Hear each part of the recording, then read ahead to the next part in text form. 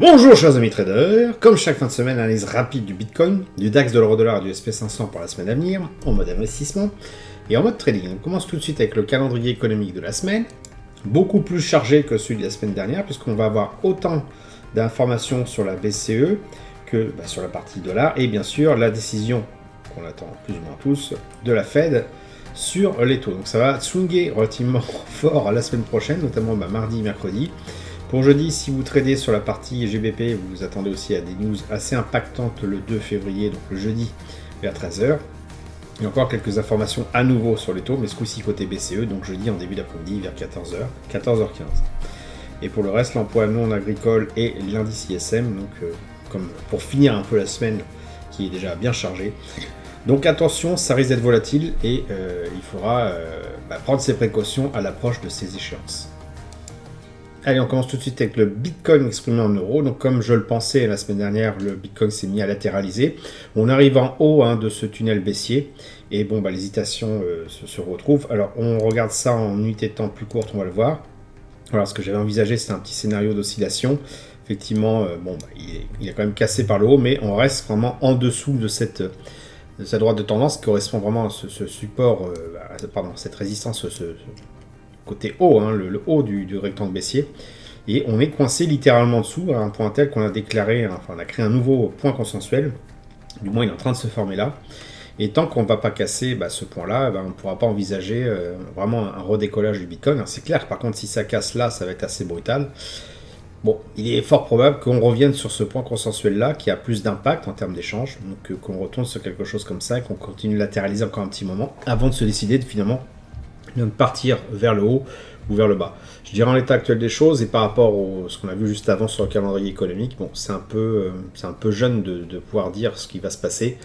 Et moi, ce que je vais faire cette semaine sur le Bitcoin, c'est rien du tout. C'est ce que je recommande de faire. Pour le DAX, en fait, on est toujours dans ce tunnel haussier. Ça ne s'est pas du tout invalidé. Le point consensuel s'est légèrement déplacé, il a un petit peu monté. Et donc, il y a de fortes chances finalement que le prix rejoigne ce point consensuel. Peut-être zoomer un petit peu parce qu'on ne voit rien. Voilà. Que le prix, comme j'avais envisagé, ça continue, que ça rejoigne ce point consensuel, donc c'est un petit peu rehaussé, et on aura tendance, je dirais, sur le long terme, à attendre justement une consolidation vers le bas pour, par exemple, sur ce support-là, de revenir sur la valeur des 14 810, pour prendre une position et retourner à la hausse. Et je pense que c'est plus comme ça qu'il faut le voir sur le long terme. Pour l'instant, du coup, on en est loin. Et il va falloir patienter. Si on regarde sur l'unité de temps plus courte, qu'est-ce qu'on constate ? Effectivement, on a eu une hausse, comme je l'avais envisagé plus ou moins, pour rejoindre ce point consensuel qu'on n'a pas encore touché. Maintenant, on va avoir une latéralisation du prix. J'ai envisagé plus, un retour, comme je le disais juste à l'instant, sur un niveau donc je l'ai dit 14 810, donc c'est un petit peu plus haut. Ça doit être à peu près là, voilà. Un retour sur ce support-là, et si il tient, pouf, on pourra envisager, je vais remettre la flèche, d'être réexpédié vers le point consensuel suivant. Donc si ce support-là tient, évidemment s'il casse, on retournera sur le point consensuel du dessous qui était aux alentours de 14 020. Je vérifie quand même sur l'unité de temps supérieure. Oui, c'est ça, à peu près 14 020. Voilà, on y est. Donc voilà ce que j'envisage sur la semaine prochaine sur le DAX.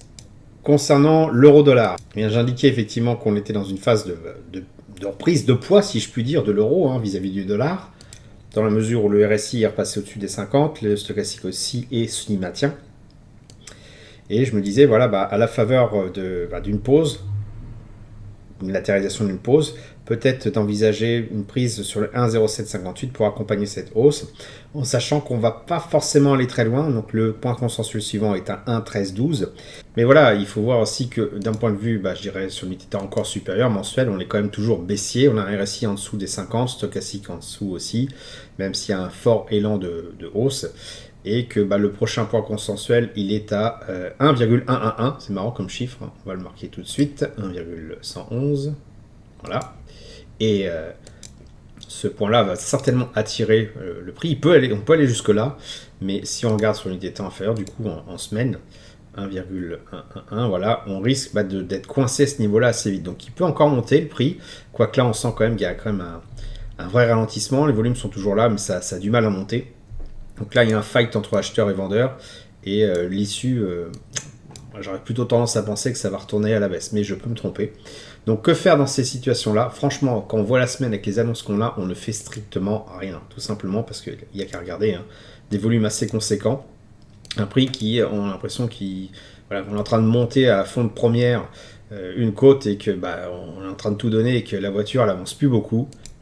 Soit on arrive en haut de la côte et puis on retrouve un plat et là on va se remettre certainement à exploser vraiment à la hausse.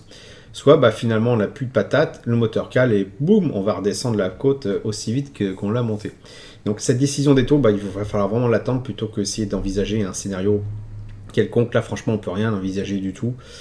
C'est vrai qu'il y a ce côté attractif d'un point de vue purement technique des 1,111, mais voilà, il n'y a plus de patates, vous avez beaucoup de volume, vous avez le prix qui a du mal à monter, cette indécision par rapport au taux, autant de part et d'autre de l'Atlantique, qui font que en l'état actuel des choses, il vaut mieux rien faire du tout. Enfin, le SP500, donc sur une base weekly, est en train de flirter à nouveau avec les changements de tendance. On a un stochastique qui est légèrement au-dessus. Le RSI qui se maintient vraiment sur les 50, donc on ne sait toujours pas ce qui va se passer. Les volumes ne sont pas non plus super transcendants par rapport à cette phase-là où c'était un peu en mode panique. Donc qu'est-ce qui va se passer? On a l'impression que ça va monter à la hausse, tout simplement parce qu'on voit qu'on est sorti de ce tunnel. Mais ce tunnel, c'est pas une parole d'évangile. Regardez, je peux à la limite faire ça. Et voilà, on peut se dire qu'on est toujours dans le tunnel. Donc voilà, on n'est pas un tic près. Ce qui va vraiment faire en sorte qu'on peut se mettre à décoller à la hausse, ce qui est tout à fait possible, eh bien c'est si ce RSI casse sa zone des 50. Voilà, ce sera un premier pré-signal. Il faudra attendre de voir s'il retourne dessus et qu'est-ce qu'il fait quand il retourne dessus. Est-ce qu'il rebondit vers le haut? Quel cas là, c'est clair qu'on arrête ce flux baissier. Ou est-ce qu'il retraverse vers le bas? Quel cas on sera peut-être en phase de latéralisation. On va commencer d'ailleurs à mettre peut-être potentiellement le scénario plausible qui soit là. Mais bien sûr, il y a toujours le cas de figure que le RSI ne reste pas au-dessus de 50, qui tout simplement dès maintenant se mettent à casser vers le bas, auquel cas on retournerait sur ce scénario baissier. Là, c'est les phases classiques qu'on a pu avoir sur d'autres schémas actions, d'autres marchés plutôt, où finalement, on ne sait jamais, parce qu'on arrive certainement à un point critique, savoir si ça va baisser, stagner ou monter. C'est un petit peu ce qui se passe d'ailleurs à chaque fois qu'on a une incertitude. Autant là, on pouvait se dire qu'il y avait vraiment une forte probabilité de descente, puisque on voyait un RSI qui arrivait sur les 50 et qui rebondissait, stochastique qui se retournait. Donc là, il y avait vraiment quelque chose d'assez prédictible, on va dire, enfin, avec de bonnes chances que ça arrive vers le bas. Ici aussi, c'était assez clair. Bon, là, évidemment, ça n'a pas été très loin. Et là, c'est pas clair du tout.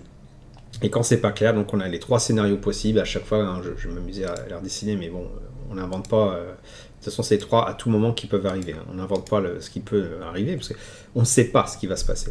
Et quand on aura quelque chose un peu plus sûr, c'est à ce moment-là qu'il faudra se positionner à l'achat, peut-être au fading, ou tout simplement à la vente. En attendant, eh bien, sur une base weekly, on ne va rien faire. Et du coup, vous vous doutez qu'avec les news économiques de la semaine prochaine, tenter quoi que ce soit, même sur ce schéma qui est affreux, tellement il est chargé de lignes, je vais le nettoyer pour la prochaine fois, eh bien, tenter quoi que ce soit là-dessus est complètement aléatoire. Enfin, on peut rien, on maîtrise absolument rien, on comprend rien, c'est à l'image justement du graphique. Donc en l'état actuel des choses, on reste en dehors du SP500. Voilà, j'espère que vous avez apprécié cette vidéo. Si c'est le cas, vous pouvez me laisser un pouce pour m'encourager à continuer. Abonnez-vous à la chaîne YouTube et activez les notifications pour ne rater aucune nouvelle publication. Je vous dis merci et à bientôt sur le blog.